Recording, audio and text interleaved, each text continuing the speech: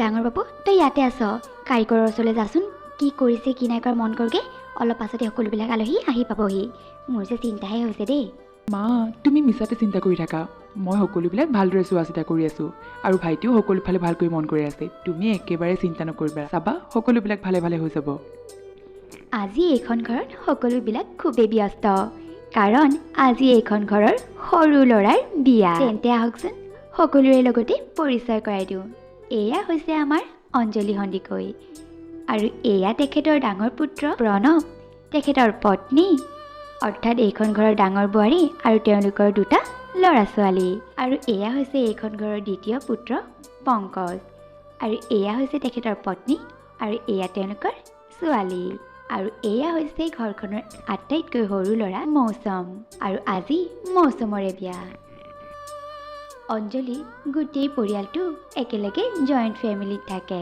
আৰু তেওঁলোক সকলোবিলাক খুবেই মিলা প্ৰীতিৰে থাকে এজনী বোৱাৰী একেবাৰে নিজৰ বাইক ভনীয়েকৰ দৰে আৰু তেওঁলোকৰ এই পৰিয়ালটোক লৈ অঞ্জলি খুবেই সুখী কাৰণ পিতেক আৰু বোৱাৰীহঁতৰ মিল দেখি তেওঁ এইখন ঘৰত স্বৰ্গ সুখ পোৱাৰ দৰে পায় আৰু তেওঁলোকৰ এইখন ঘৰৰ উদাহৰণ অঞ্চলটোত সকলোৱে দিয়ে আৰু তেনেকৈয়ে সকলোৰে ব্যস্ততাৰ মাজত খুবেই সুন্দৰকৈ মৌচমৰ বিয়াখন হৈ গ'ল আৰু বিয়াৰ পাছত ঘৰলৈ সৰু বোৱাৰী পূজাও আহিলে আৰু ঘৰখনলৈ বিয়া হৈ আহি মৌচমৰ পত্নী অৰ্থাৎ ঘৰখনৰ সৰু বোৱাৰী পূজাৰ কিন্তু জইণ্ট ফেমিলিত থাকি অকণমানো ভাল নালাগিল কাৰণ তাই সৰুৰে পৰা সৰু পৰিয়ালত থাকি ডাঙৰ দীঘল হৈছে তাইৰ ঘৰত কেৱল তাইৰ মাক দেউতাক আৰু কেৱল তাই গতিকে জইণ্ট ফেমিলি এটালৈ বিয়া হৈ আহি পূজাই অশান্তি পাবলৈ আৰম্ভ কৰিলে আৰু বিয়াৰ পাছতে এদিন শাহুৱেকে তাইক ঘৰৰ সকলোবিলাক নীতি নিয়ম কাম কাজৰ বিষয়ে ভালদৰে বুজাবলৈ আৰম্ভ কৰিলে তোমাৰ সৰু বোৱাৰী আমি এটা জইণ্ট ফেমিলিত থাকোঁ গতিকে এতিয়াৰে পৰা তুমিও জইণ্ট ফেমিলিত থকাৰ অভ্যাস কৰিব লাগিব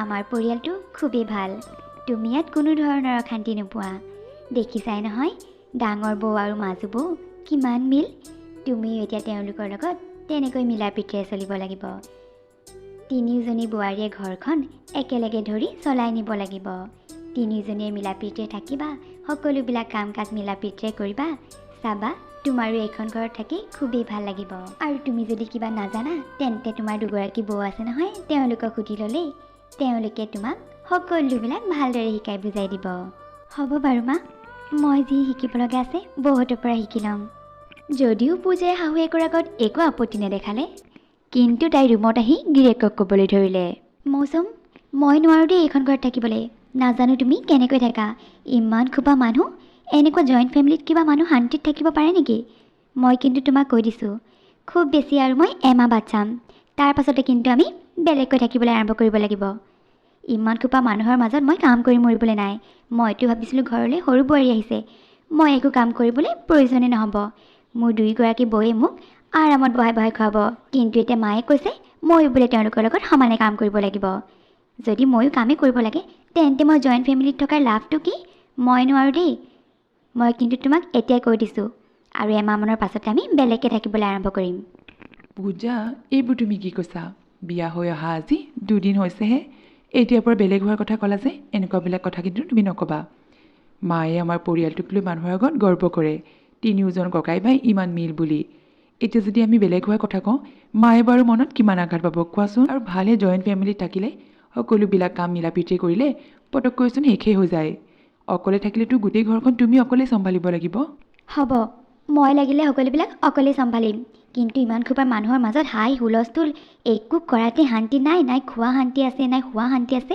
মই মুঠতে নোৱাৰোঁ দেই মই সৰুৰে পৰা মাত্ৰ মোৰ মা পাপাৰ লগত থাকি ডাঙৰ দীঘল হৈছোঁ গতিকে এতিয়াও মই তেনেকৈ অকলশৰীয়াকৈ থাকি শান্তি পাওঁ সেইদিনা আৰু মৌচুমে পূজাৰ কথাত বৰ বিশেষ একো নক'লে তেনেকৈ দুদিনমান পাৰ হৈ গ'ল এদিন আকৌ ৰাতিপুৱাই গা পা ধুই পূজাই আৰামত বহি টিভি চোৱাত লাগিছিল আৰু তেনেকুৱাতে তেওঁলোকৰ ৰুমলৈ পূজাৰ ডাঙৰ নবৌৱেক আহিল অ' পূজা তুমি টিভি চাই আছা নেকি পটককৈ যোৱাচোন ব্ৰেকফাষ্টটো বনোৱাগৈ আজি আকৌ এইও নাই নহয় গতিকে তুমি ব্ৰেকফাষ্টটো বনোৱা তেতিয়ালৈকে মই ঘৰৰ বাকীবিলাক কাম কৰি লওঁ আৰু তাৰপাছতে আকৌ ইহঁতকেইটা খুৱাই বৈ স্কুলতো থ'বগৈ লাগিব নহয় আৰু ঘৰৰ কাৰণে আজি অলপ শাক পাচলি বজাৰ কৰিবলগীয়া আছে মই বাৰু ইহঁতক স্কুলত থৈ আহোঁতে বাহিৰে বাহিৰে কৰি আহিম তুমি পটককৈ গৈ এতিয়া ব্ৰেকফাষ্টটো বনাই দিয়াগৈ বাপৰে ইমান খোপা মানুহ হ'লে মই অকলে অকলে ব্ৰেকফাষ্ট বনাব নোৱাৰোঁ দেই তাতকৈতো মই ঘৰৰ বাকীবোৰ কাম কৰে ভাল আপুনি ব্ৰেকফাষ্টটো বনাওঁগৈ বৌ মই বাৰু ঘৰৰ বাকীবোৰ কাম কৰি দিম ঠিক আছে বাৰু, তুমি তেনেহ'লে ঘৰৰ বাকীকেইটা কাম কৰি দিবা, মই ব্ৰেকফাষ্টটো বনাওঁগৈ। তুমি ঘৰকেইটা সাৰি মুচি দিবা, তাৰ পাছতে বাগিচাত অকণমান পানী দিবলৈ আছে, পানীখিনিও দি দিবা। তাৰ পাছতে ৱাশ্বিং মেচিনৰ কেইটামান কাপোৰো আছে, সেইকেইটাও তুমি ৰ'দত দি থৈ আহিবাগৈ। হ'ব বৌ, মই ব্ৰেকফাষ্টটোকে বনাওঁ। এইকেইটা কাম আৰু বেছিহে টাইম লাগিবগৈ, তুমি এইকেইটা কৰা। মনে মনে কিন্তু পূজাৰ বৰকৈ খং উঠিল। নবৌক যোৱাৰ পাছত তাই মুখতে ভুৰভুৰাবলৈ আৰম্ভ কৰিলে। আগতে মই ঘৰত মা পাপা আৰু মোৰ কাৰণে কেৱল একেজোখে ৰুটিকেইটা বনালে হৈছিলে, আৰু এতিয়া ব্ৰেকফাষ্টৰ নামত দমে দমে ৰুটি বনাব লাগিব। তাৰ লগত খাবলৈ চব্জি তব্জি সেইবোৰতো আছেই, তাৰ ওপৰঞ্চি এই পোৱালীকেইটাৰ কাৰণে আকৌ টিফিনো পেক কৰি দিব লাগিব। সেই ভগৱান, মই আৰু নোৱাৰোঁ দেই, মই বেলেগ হ'বই লাগিব। এনেকুৱা জইণ্ট ফেমিলিত আৰু মই এটা দিনো থাকিব নোৱাৰোঁ। আৰু সেইদিনা মৌচুম অফিচৰ পৰা উভতি অহাৰ লগে লগে পূজাই পুনৰ আপত্তি কৰিবলৈ আৰম্ভ কৰিলে। মৌচুম, বহুত হ'ল আৰু, মই কিন্তু আৰু এটা দিনো জইণ্ট ফেমিলি থাকিব নোৱাৰোঁ। মই কালিৰ ভিতৰতে বেলেগ হ'ব বিচাৰোঁ। পূজা, আকৌ তুমি এইটো কথা উলিয়ালা? থাকাচোন, লাহে লাহে চাবা তোমাৰ অভ্যাস হৈ যাব, আৰু তেতিয়া আকৌ তুমি জইণ্ট ফেমিলিয়ে ভাল পোৱা হ'বা। ইম্পচিবল, মই নাথাকোঁ বুলি কৈছোঁ মুঠতে, কোনো কাৰণতে নাথাকোঁ। মই কালিৰ ভিতৰতে বেলেগ হ'ব বিচাৰিছোঁ, বাছ সিমানেই। আৰু যদি তুমি বেলেগ নোহোৱা, মই কিন্তু মা পাপাৰ ঘৰলৈ ঘূৰি গুচি যাম, কৈ দিছোঁ কিন্তু। এবাৰ মৌচুমে বহুত বুজালে যদিও কিন্তু পূজা বুজিবলৈ মান্তি নহ'ল। তাই মাত্ৰ এটাই কথা, তাই জইণ্ট ফেমিলি নাথাকে, বেলেগ হ'ব বিচাৰে। মৌচুম বৰ বিমূৰত পৰিল। এতিয়া সি কি কৰিব? ঠিক আছে তেন্তে, আমি বেলেগকৈ ভাড়া ঘৰ এটা ল'ম বাৰু, কিন্তু তাৰ কাৰণে মোক অলপ সময়টো লাগিব। ইমান সহজতেতো ক'তোৱে ভাড়া ঘৰ বিচাৰি পোৱা নাযায়। ডাঙৰ ঘৰটো থাকোঁতে আমি ভাড়া ঘৰলৈ কিয় যাম? আমি এইটো ঘৰতে বেলেগকৈ থাকিম। 3টা ফ্ল'ৰচোন আছেই, 3টা ল'ৰা 3টা ফ্ল'ৰ, গতিকে ওপৰৰ ফ্ল'ৰটো আজিৰ পৰা আমাৰ। মাক গৈ তুমি কথাটো কৈ থৈ আহাগৈ। পত্নী পূজাৰ কথা শুনি এইবাৰ মৌচুম আৰু বিমূৰত পৰিল। ভয়ে ভয়ে গৈ মৌচুমে মাকৰ আগত কথাটো ক'লেগৈ। মৌচুম, এইবোৰ তই কি কৈছ? তইতো জানই তহঁত 3টাক লৈ মই কিমান গৰ্ব কৰোঁ। মানুহো আমাৰ ঘৰখনক আদৰ্শ বুলি কয়। 3জন ককাইক ভাইক ইমান মিল, 3জনী বোৱাৰী ইমান মিল। এতিয়া বাৰু তই বেলেগকৈ থাকিবলৈ আৰম্ভ কৰিলে মানুহে কি বুলি ক'ব? আৰু মই এইটো কেতিয়াও নিবিচাৰোঁ। মইতো সদায় এটাই সপোন দেখিছিলোঁ, মোৰ 3টা ল'ৰাই সদায় মিলিজুলি একেখন ঘৰতে একেলগে খোৱা বোৱা কৰি একেলগে থাকিব। মই কেতিয়াও বেলেগ হ'ব বিচৰা নাছিলোঁ মা, কিন্তু এই পূজাজনীহে। নহ'লে তুমি কোৱা যদি মই তাইক অলপ খঙেৰে বুজাবলৈ চেষ্টা কৰোঁ নেকি? নালাগে, এইবোৰ খঙেৰে বুজাবলৈ যাওঁতে ঘৰখনত আৰু বেছি হাই কাজিয়াহে হ'ব, আৰু তেতিয়া ঘৰখনলৈ আৰু বেছি অশান্তি নামি আহিব। তাতকৈ ভাল, তাই যদি এনেকৈ বেলেগ হ'ব বিচাৰিছে, তেন্তে আজিৰ পৰা তহঁত দুটাই বেলেগকৈ খাবি। তাই যদি তাতে শান্তি পাইছে, তেন্তে আৰু আমাৰ একো উপায় নাই। আৰু পিছদিনাখনৰ পৰাই মৌচুম আৰু পূজাই একেখন ঘৰতে বেলেগ হৈ থাকিবলৈ আৰম্ভ কৰিলে। তেনেকৈয়ে দিনবোৰ বাগৰি গৈ থাকিল। আৰু বেলেগ হৈ যোৱাৰ পাছত যিহেতু মৌচুমে সকলোবিলাক নিজৰ খৰচ নিজে কৰিবলগীয়া হৈছিল, তাকে লৈ মৌচুম অলপ চিন্তিত হ'ল। কাৰণ আগতে একেলগে থাকোঁতে ঘৰৰ সকলোবিলাক খোৱা বোৱাৰ বজাৰ ককাইকহঁতে কৰিছিল, গতিকে মৌচুমে একো কৰিবলগীয়া হোৱা নাছিল। সেয়েহে তাৰ হাতত বহু পইচা থাকি গৈছিল। কিন্তু বৰ্তমান নিজৰ সংসাৰখন নিজে চলাবলৈ গৈ মৌচুম অলপ বিমূৰত পৰিল। আৰু মৌচুমক তেনেকৈ চিন্তাত থকা দেখি পূজাই আহি ক'লেহি। কি হ'ল মৌচুম, ইমানকৈ চিন্তা কৰি আছা যে? আগতে একেলগে থাকোঁতে ঘৰৰ খোৱা বোৱাৰ খৰচ সকলোবিলাক দাদাহঁতেই দিছিল। মইতো গমেই নাপাইছিলোঁ যে খোৱা বোৱা কৰিবলৈ মানুহক ইমানবোৰ পইচাৰ প্ৰয়োজন হয়। কিন্তু এতিয়া যেতিয়া আমি বেলেগ হৈ আহিলোঁ, সকলোবিলাক ঘৰৰ খৰচ পাতি এতিয়া মোৰ দৰমহাৰ পইচাই কৰিবলগীয়া হৈছে। গতিকে এতিয়া দেখিছোঁ পইচা বৰ কমকৈহে সাঁচিব পাৰিছোঁ। অঁ, সেইটো কথা। সেইটো কিবা ইমান চিন্তা কৰিবলগীয়া কথা নেকি? মই কি ভাবিছোঁ জানা? এতিয়াৰে পৰা মই চাকৰি কৰিবলৈ আৰম্ভ কৰোঁ। এনেওতো বিয়াৰ আগতে মই জব কৰিছিলোঁৱেই, এতিয়া মই বিচাৰিলে সেই কোম্পানীটোতে চাকৰি এটা পাই যাম। গতিকে এই মাহৰ পৰা মই ষ্টাৰ্ট কৰি দিওঁ। তেতিয়া আমি দুয়োটাই মিলি ঘৰখন চলালে বহুত পইচা সাঁচিব পাৰিম। তাৰ পাছতে পূজাইও সঁচাকৈ চাকৰিত জইন কৰিলে। তেনেকৈ প্ৰায় এবছৰমান পাৰ হৈ গ'ল, আৰু পূজা আৰু মৌচুমৰ জীৱনলৈ সন্তান এটা আহিল। আৰু সন্তানটো জন্ম হোৱাৰ পাছতে কিন্তু পূজাৰ দায়িত্ব বহুত বেছি বাঢ়ি গ'ল। ইফালে কেঁচুৱাৰ দায়িত্ব, ইফালে ঘৰৰ কাম কাজবোৰতো আছেই, আৰু এফালে অফিচৰ দায়িত্ব। সকলোবিলাক কাম একেলগে চম্ভালিব নোৱাৰি পূজা আৰু মৌচুমৰ মাজত ঘনাই কাজিয়া হ'বলৈ আৰম্ভ কৰিলে। পূজা, তুমি বাৰু ঘৰটো চাফা কৰিবলৈ অলপ সময় নোপোৱানে?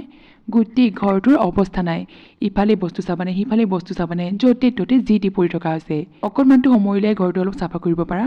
বাহ, ঘৰৰ দায়িত্ব কি অকল মোৰহে নেকি? মই অফিচে চামনে, কেঁচুৱাই চামনে, ঘৰে চম্ভালিম? তুমি নিজে কোৱাচোন। তুমিতো মোক ঘৰুৱা কামত অলপ হেল্প কৰিব পাৰা।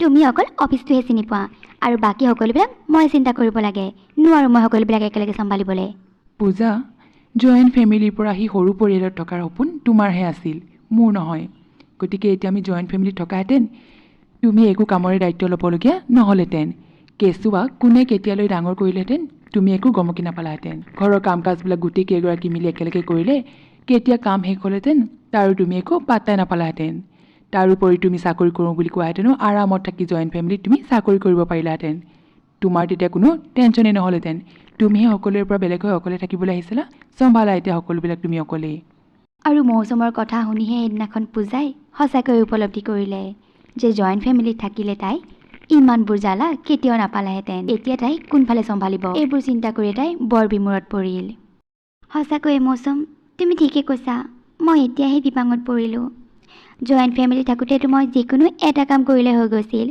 বাকীবোৰ কাম বহুত দুজনীয়ে কৰি দিছিল কিন্তু এতিয়া ঘৰৰ চব কাম মই অকলে কৰিব লাগে মৌচুম এতিয়া বাৰু মোৰ কি হ'ব অৱস্থাটো মই ঘৰ চম্ভালিম অফিচ চম্ভালিম নে কেঁচুৱা চম্ভালিম এতিয়াতো আৰু জইণ্ট ফেমিলি থাকিবলৈ গ'লেও মাহঁতে মোক থাকিবলৈ নিদিব মৌচুম আৰু পূজাৰ এই সকলোবিলাক কথোপকথন কিন্তু তলৰ পৰা শাহুৱেক আৰু নবৌৱেক দুগৰাকীয়ে সকলো শুনি আছিল আৰু শাহুৱেকে তলৰ পৰাই মাত লগালে সৰু বোৱাৰী তেনেকৈ কিয় কৈছা আজিও কিন্তু আমাৰ জইণ্ট ফেমিলিত তোমাৰ কাৰণে দুৱাৰ খোলা আছে তুমি আহোঁ বুলি ক'লে আজিয়ে পুনৰ ঘূৰি আহিব পাৰা শুনিলা তোমাৰ কথা এতিয়া বুজিলা নহয় যোৱা তললৈ যোৱা আৰু সকলোকে গৈ ক্ষমা খোজাগৈ আৰু লাজকৈ পূজা তেওঁলোকৰ ওচৰলৈ গ'ল সৰু বোৱাৰী তেনেকৈ কিয় কৈছা যে তুমি ঘূৰি আহিলে আমি তোমাক থাকিবলৈ নিদিম বুলি এটা প্ৰথম আহোঁতে তুমি অবুজা নাছিলা আৰু সেইটো কাৰণে আমিও তোমাক কথাৰে বুজাই নাথাকি অকলে থাকিবলৈ অনুমতি দিলোঁ এনেও মই গম পাইছিলোঁ এদিন নহয় এদিন তুমি এইটো কথা নিশ্চয় উপলব্ধি কৰিবা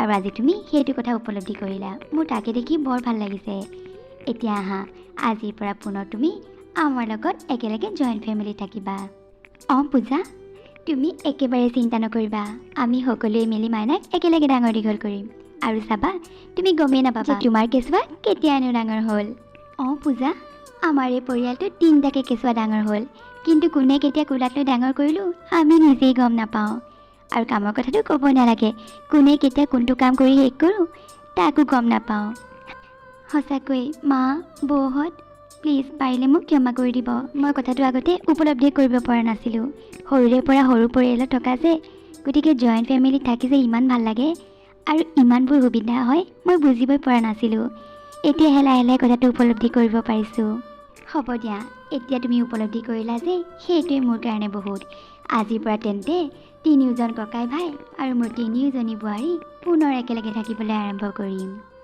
আৰু মোৰ সপোনৰ সুখৰ সংসাৰ সম্পূৰ্ণ আৰু সেইদিনাখনৰ পৰাই পুনৰ তেওঁলোকৰ পৰিয়ালটো একেলগ হৈ সুখেৰে থাকিবলৈ আৰম্ভ কৰিলে তেন্তে আমাৰ কাহিনীটো কৰিছোঁ ইয়াতে শেষ যদিহে আপোনালোকৰ ভিডিঅ'টো ভাল লাগিলে তেন্তে প্লিজ লাইক কমেণ্ট আৰু শ্বেয়াৰ কৰি দিব আৰু যদিহে আপোনালোক আমাৰ চেনেলটোত নতুন তেন্তে প্লিজ আমাৰ চেনেলটো ছাবস্ক্ৰাইব কৰি দিব তেন্তে আজিলৈ আহিছোঁ লগ পাম পুনৰ এটা নতুন ভিডিঅ'ৰ সৈতে তেতিয়ালৈকে বাই বাই